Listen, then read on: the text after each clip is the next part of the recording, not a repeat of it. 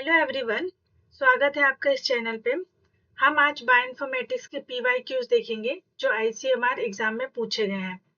तो ये लेक्चर 6 है। इससे पहले भी बायोइन्फॉर्मेटिक्स के रिगार्डिंग कॉन्सेप्ट प्लस पीवाईक्यूज के लिए वीडियोस जा चुके हैं। तो अगर आपने नहीं देखा है और अगर आप बायोइन्फॉर्मेटिक्स को टारगेट कर रहे हैं आईसीएमआर एग्जाम के लिए, तो आप वो सारे वीडियोस को देख सकते हैं for better understanding.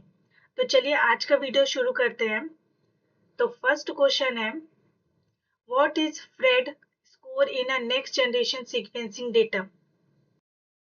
Phred score होता है डीएनए सीक्वेंसिंग यानी ऑटोमेटिक डीएनए सीक्वेंसिंग जब होती है तो उसमें जो न्यूक्लियोबेसिस का जनरेशन होता है उन न्यूक्लियोबेसिस को आइडेंटिफाई करना, उनकी क्वालिटी को आइडेंटिफाई करना फ्रेड स्कोर कहलाता है।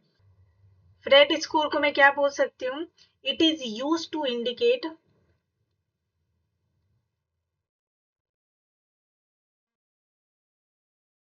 The measure of base quality in DNA sequencing.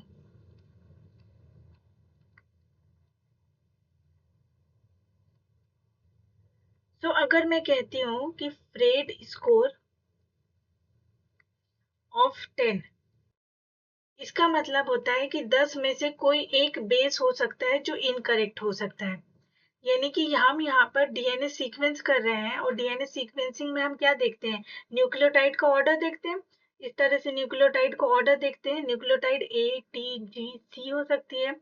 तो इन न्यूक्लियोटाइड में अगर कोई 10 न्यूक्लियोटाइड मैं मानती हूँ, तो उसमें से कोई एक न्यूक्लियोटाइड का यानी एक बेस के चांसेस होते हैं कि वो इनकरेक्ट हो सकता है।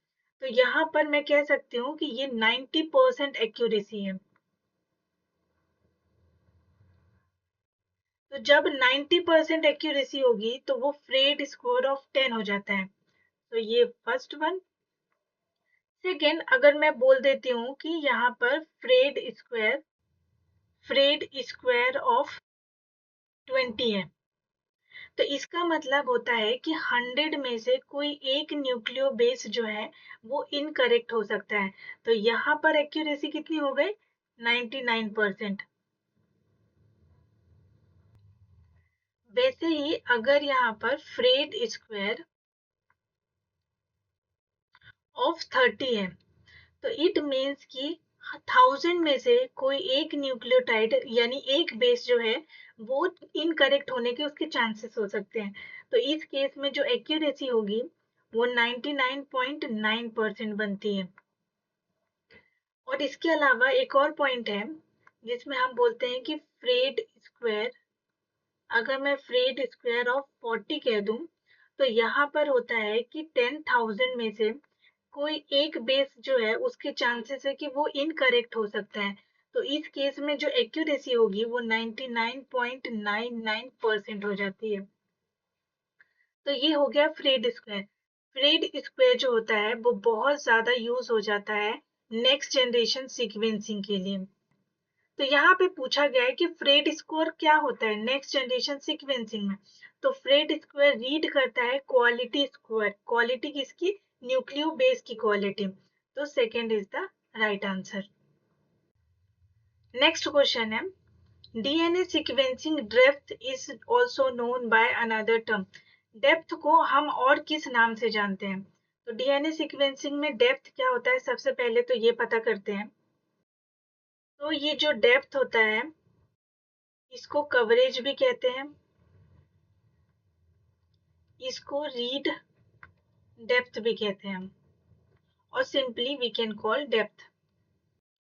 तो डेप्थ या कवरेज इसका मतलब होता है कि जैसे मान लीजिए कि ये एक जीनोम है, इस जीनोम में ये कोई पर्टिकुलर रीजन है। तो ये जो जीनोम में एक पर्टिकुलर रीजन है, ये पर्टिकुलर रीजन कितने बार सीक्वेंस हो रहा है उसको कहते हैं डेप्थ। यानी कि number of times this particular region of genome is sequenced is known as depth. तो आई कैन राइट कि डेप्थ और कवरेज क्या हो जाते हैं? Number of times a particular region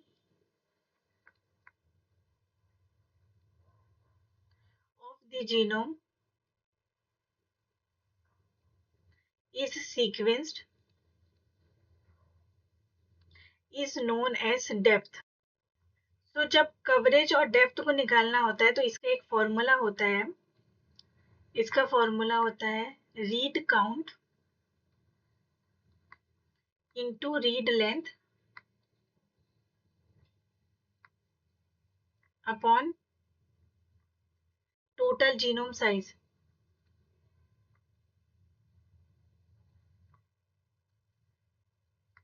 और इसको बोलते हैं length of genome.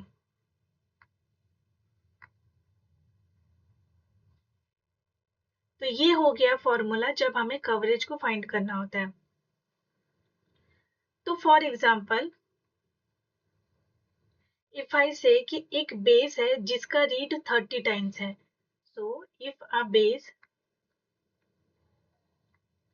Is read 30 times, तो इसका मतलब होता है कि इसका जो डेप्थ ऑफ कवरेज है वो 30x हो गया। तो इट मीन्स कि जो इसका डेप्थ ऑफ कवरेज है वो कितना हो गया, 30x हो गया। सो इस तरीके से हम डेप्थ ऑफ कवरेज को फाइंड करते हैं। तो ये coverage, depth of coverage, read depth, depth, तो ये सारे वर्ड एक ही हैं, हम इंटरचेंजेबली यूज कर सकते हैं।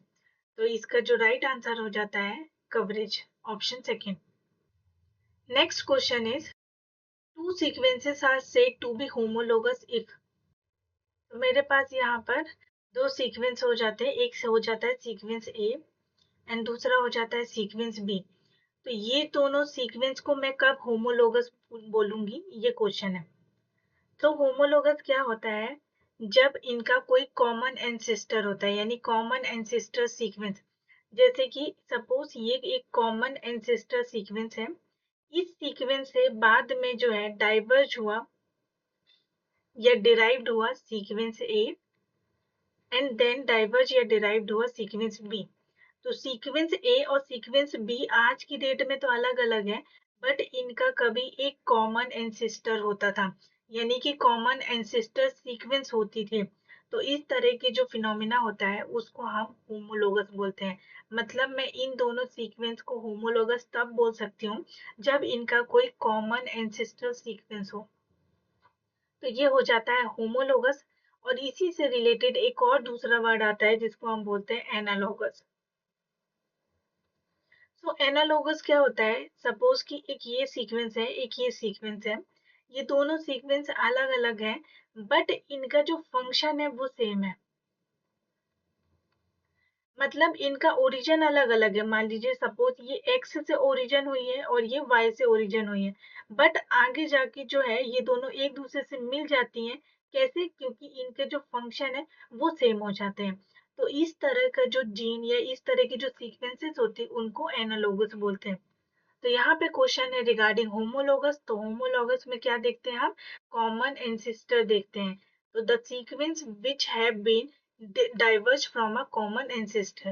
The option 1 is correct.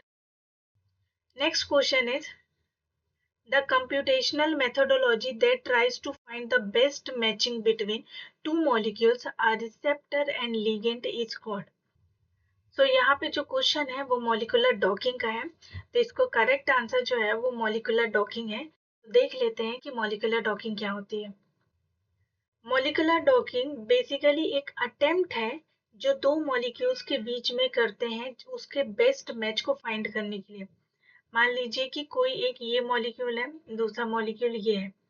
तो इन दोनों मॉलिक्यूल्स का एक अटेम्प्ट, यानी हम एक चांस लेते हैं कि इन दोनों मॉलिक्यूल्स को कुछ ऐसे फिट करें, ऐसे एडजस्ट करें ताकि वो एक कॉम्प्लेक्स बना ले।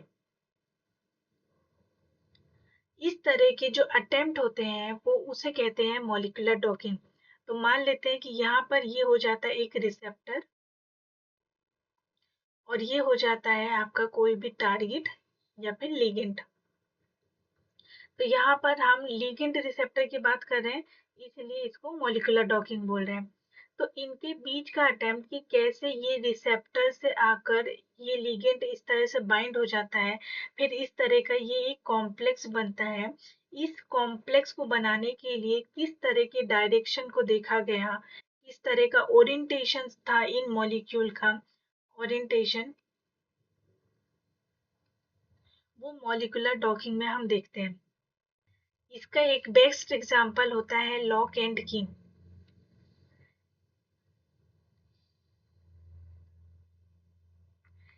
जैसे कि एक लॉक जो है उसके लिए एक ही की होती है इस तरीके से। तो ये जो की है जब इस लॉक से जुड़ेगी तो उसका डायरेक्शन इसी डायरेक्शन पे होना चाहिए, मतलब वो इस डायरेक्शन में होना चाहिए और इसका ओरिएंटेशन इस तरह होना चाहिए। अगर सपोज कि ये एक लॉक है और ये कुछ इस तरीके से हो गए तो ये कभी भी जो की है इस लॉक से बाइंड नहीं हो पाएगी, और बाइंड ना हो पाने के कारण ना तो इस लॉक को कभी ये खोल पाएगी और ना ही कभी इसको लॉक कर पाएगी। तो इसका प्रॉपर ओरिएंटेशन और प्रॉपर डायरेक्शन होना चाहिए, तभी जाकर इनका एक कॉम्प्लेक्स बनेगा, राइट। तो वैसे ही हम मॉलिक्यूल्स के टर्म में बात करते हैं कि रिसेप्टर और लिगेंड का प्रॉपर ओरिएंटेशन होना चाहिए, यानी इनका प्रॉपर डायरेक्शन होना चाहिए कि इसी डायरेक्शन में, जैसे सपोज कि ये जो की है वो इसी डायरेक्शन में आए। ओरिएंटेशन प्रॉपर होना चाहिए यानी अप्रोच सही होनी चाहिए, तब जाके कोई भी कॉम्प्लेक्स बन पाएगा। और यहाँ पर जो हम कॉम्प्लेक्स बनाते हैं उसमें हमारा मेन फोकस होता है कि ये जो कॉम्प्लेक्स बना है वो स्टेबल हो जाए, और जब कोई कॉम्प्लेक्स स्टेबल होता है तो उसकी एनर्जी जो होती है वो मिनिमम हो जाती है। तो हम क्या करते हैं यहाँ पर एनर्जी को मिनिमाइज कर देते हैं। मॉलिक्यूलर डॉकिंग में जो कॉम्प्लेक्स बनता है वो स्टेबल होने के बाद जो उसके पास एनर्जी होती है वो मिनिमाइज हो जाती है। तो कोई भी मॉलिक्यूल जब अनस्टेबल है तो उसकी मैक्सिमम होती है उसके पास एनर्जी, लेकिन जब वो स्टेबल हो जाता है तो उसकी एनर्जी मिनिमम हो जाती है। तो यहाँ पर देखिए मॉलिक्यूलर डॉकिंग में हमने एक टारगेट की बात की, ये टारगेट आपका रिसेप्टर हो सकता है। ये लिगेंड की बात की, लिगेंड यहाँ पर ड्रग हो सकता है कोई। और जब इन दोनों के बीच में डॉकिंग होती है यानी कि एक प्रॉपर अप्रोच होता है, प्रॉपर डायरेक्शन और प्रॉपर ओरिएंटेशन में, तब इनके बीच में डॉकिंग हो जाती है जिसकी वजह से वो इस तरह का कॉम्प्लेक्स बना लेते हैं। और ये कॉम्प्लेक्स स्टेबल होता है और इसकी एनर्जी मिनिमम हो जाती है। तो मॉलिक्यूल्स में इस तरह से ये दिखाया गया है, और ये हो गया आपका कॉम्प्लेक्स। यहाँ पे जो टारगेट हो गया वो एज अ लॉक बोल सकते हैं, एज अ लॉक काम करता है। और जो लीगेंड हो गया वो क्या, एज अ की काम करता है। इस तरह का फिनोमेना हम एंजाइम में भी पढ़ते हैं, एंजाइम काइनेटिक्स में, जहाँ पर एक एंजाइम से एक सबस्ट्रेट बाइंड होता है और उसके बाद एंजाइम सबस्ट्रेट कॉम्प्लेक्स बनता है। तो वो एक बायोकेमिस्ट्री में हम पढ़ते हैं, यहाँ पर हम मॉलिक्यूलर डॉकिंग के सेंस में टारगेट यानी कि रिसेप्टर और लिगेंड को लेकर चलेंगे। तो यहाँ पे जो कॉम्प्लेक्स बना है इसका फ्री एनर्जी मिनिमम हो जाता है। तो free energy of the overall system is minimised. Types of docking की बात करें, सो टाइप्स ऑफ डॉकिंग, तो ये दो तरह से हो सकती है। एक होती है रिजिड डॉकिंग जिसको हम लॉक एंड की बोलते हैं, और दूसरी हो जाती है फ्लेक्सिबल डॉकिंग जिसको हम इंड्यूस फिट बोलते हैं। तो ये जो रिजिड डॉकिंग है इसमें जो इंटरनल ज्योमेट्री होती है रिसेप्टर और लिगेंड की, ये रहा रिसेप्टर और ये रहा लिगेंड। ये एज अ रिसेप्टर यहाँ पे काम कर रहा है ये वाला मॉलिक्यूल, और ये एज अ लिगेंड काम कर रहा है। तो इनका जो इंटरनल ज्योमेट्री हो जाती है वो बहुत ही रिजिड होती है in case of rigid docking में। जैसे ये लॉक है और ये की है, तो एक ताले की एक ही चाबी होती है। अगर इस लॉक से कोई और चाबी आके बाइंड होगी तो वो बाइंड नहीं हो सकती है, उनके बीच में कोई भी कॉम्प्लेक्स नहीं बनेगा। तो ये जो होते हैं इनमें इंटरनल ज्योमेट्री जो होती है वो रिजिड होती है। Internal geometry of both receptor and ligand.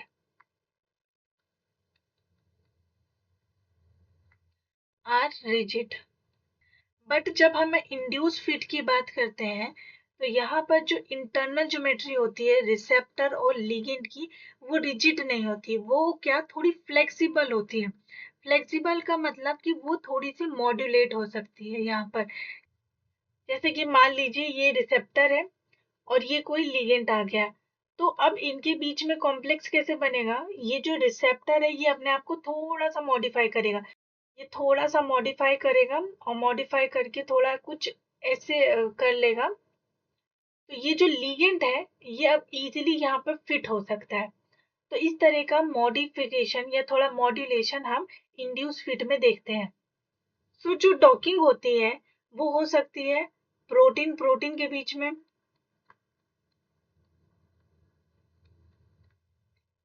Protein ligand के बीच में डॉकिंग हो सकती है, जहां पर ये एज अ रिसेप्टर काम कर सकता है और लिगेंड को हम एज अ ड्रग ट्रीट कर सकते हैं। फिर डॉकिंग हो सकती है प्रोटीन और न्यूक्लियोटाइड्स के बीच में, तो इन मॉलिक्यूल्स के बीच में डॉकिंग पॉसिबल है। बट डॉकिंग कैसे होती है? जब ये जो ड्रग मॉलिक्यूल है इस रिसेप्टर के लिए कुछ एफिनिटी रखता होगा, मतलब कोई भी दो मॉलिक्यूल तभी पास में आएंगे जब उनके बीच में कोई फोर्स ऑफ अट्रैक्शन होगा, किसी तरह की एफिनिटी होगी। तो ये जो ड्रग है इसके लिए ये एफिनिटी रखता है रिसेप्टर के लिए। तो जो इसकी इंट्रिंसिक एक्टिविटी होती है कि जब ये किस तरह से डॉकिंग करेगा, मतलब सपोज कि अगर ये एक रिसेप्टर है और ये लिगेंड है, इनके बीच में एफिनिटी है और डॉकिंग हो रही है, तो इनकी जो इंट्रिंसिक एक्टिविटी कैसी होगी, मतलब ये रिजिड वाली डॉकिंग करेंगे या फिर इंड्यूस फिट करेंगे, ये डिपेंड करता है कि केमिकल स्ट्रक्चर कैसा है। यानी कि प्रोटीन और लिगेंड रिसेप्टर और ड्रग के का केमिकल स्ट्रक्चर किस तरह से है, वो बताता है कि इनकी इंट्रिंसिक एक्टिविटी कैसी होगी। तो both the affinity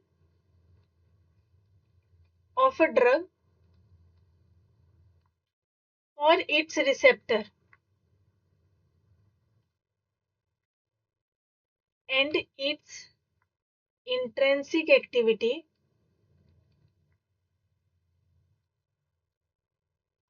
is determined by chemical structure of receptor and ligand.